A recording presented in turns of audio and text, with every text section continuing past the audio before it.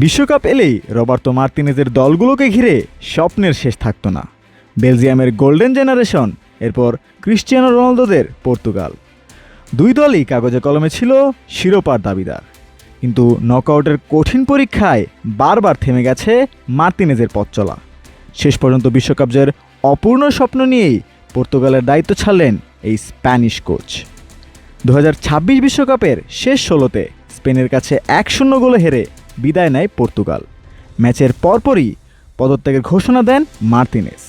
বিশ্বকাপ জেতার যে লক্ষ্য নিয়ে তিনি দায়িত্ব নিয়েছিলেন তা পূরণ করতে না পারার দায় নিজের কাঁধেই তুলে নেন।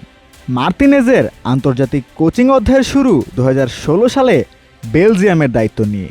তখন Kevin De Bruyne, Eden Hazard, Romelu Lukaku, Thibaut Courtois, Jan Vertonghen ও টবি আন্ডারভেরেলদের নিয়ে গড়ে উঠেছিল বেলজিয়ামের বিখ্যাত গোল্ডেন জেনারেশন। 2018 বিশ্বকাপে ব্রাজিলকে হারিয়ে দলটিকে প্রথমবারের মতো সেমিফাইনালে তুলেছিলেন তিনি। শেষ পর্যন্ত তৃতীয় স্থান অর্জনই ছিল সেই প্রজন্মের সেরা সাফল্য। এত প্রতিভা থাকার পরও ইউরো কিংবা বিশ্বকাপের ট্রফি জিততে না পারার আক্ষেপ নিয়েই শেষ হয় সেই অধ্যায়। 2023 সালে পর্তুগালের দায়িত্ব নেওয়ার পর আবারও তার হাতে উঠে আসে তারকা খচিত আরও একটি দল।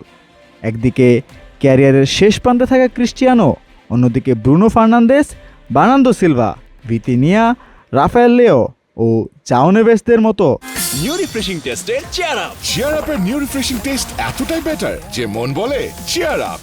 নতুন প্রজন্ম। শুরুটা দারুণ হলেও বড় টুর্নামেন্টে পুরনো গল্পটাই ফিরে আসে বারবার। বিশেষ করে 3 সেন্টার ব্যাক বা ব্যাক 3 নির্ভর কৌশল নিয়ে শুরু থেকে সমালোচনার মুখে ছিলেন মার্তিনেজ।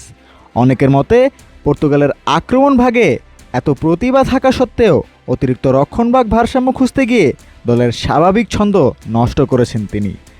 বড় ম্যাচে দেরিতে পরিবর্তন আনা, একাদশ নির্বাচন এবং একই কৌশলে অনড় থাকার কারণেও সমালোচনা শুনতে হয়েছে তাকে।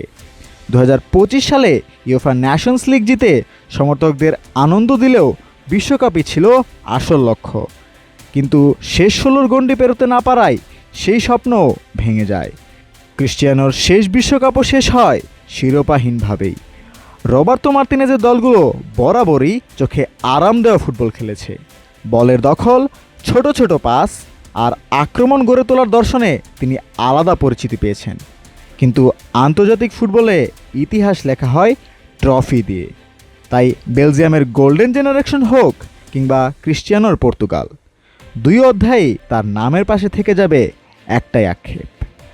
সম্ভাবনা ছিল, কিন্তু বিশ্বকাপ জয়ের গল্পটা আর লেখা হলো না। সিফাত আহমেদ, অন ফিল্ড।